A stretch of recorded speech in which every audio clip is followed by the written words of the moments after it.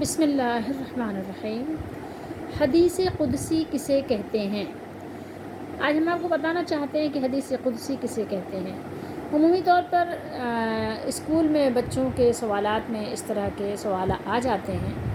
تو بچوں آج ہم آپ کو بتانا چاہتے ہیں کہ حدیث قدسی کسے کہتے ہیں۔ تو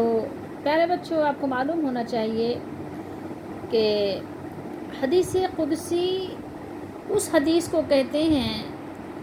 کہ جس میں نبی کریم صلی اللہ علیہ وآلہ وسلم نے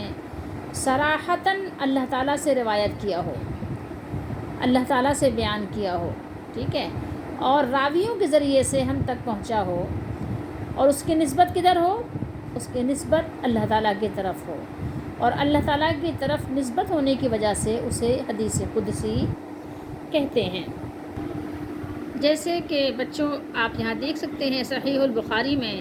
یہ کتاب التوحید ہے، ٹھیک ہے، تو یہاں پر بخاری شریف میں کیا ذکر ہے؟ دیکھیے رسول اللہ صلی اللہ علیہ وسلم کس طرح بیان فرماتے ہیں۔ ہمیں تو حضرت ابو ہریرہ رضی اللہ تعالیٰ عنہ کے ذریعے سے پہنچا، ٹھیک ہے،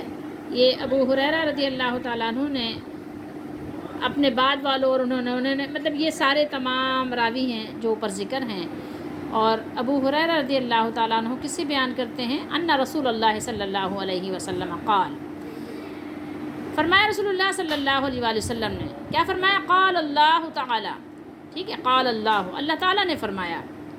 اللہ تعالیٰ نے فرمایا، یعنی ڈائریکٹ اللہ کے رسول صلی اللہ علیہ وسلم اللہ تعالیٰ سے روایت کر رہے ہیں کہ اللہ تعالیٰ نے فرمایا انا عند ظن عبدی بی، تو یہ حدیث قدسی ہے، ٹھیک ہے، کہ اللہ تعالیٰ فرماتے ہیں کہ میں عندہ قریب، پاس، نزدیک، ظن گمان، خیال،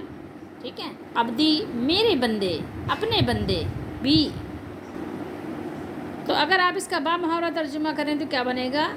یعنی میں اپنے بندے کے گمان کے مطابق اس کے ساتھ ہوں، ٹھیک ہے، جیسا کہ وہ میرے متعلق گمان رکھتا ہے میرا بندہ،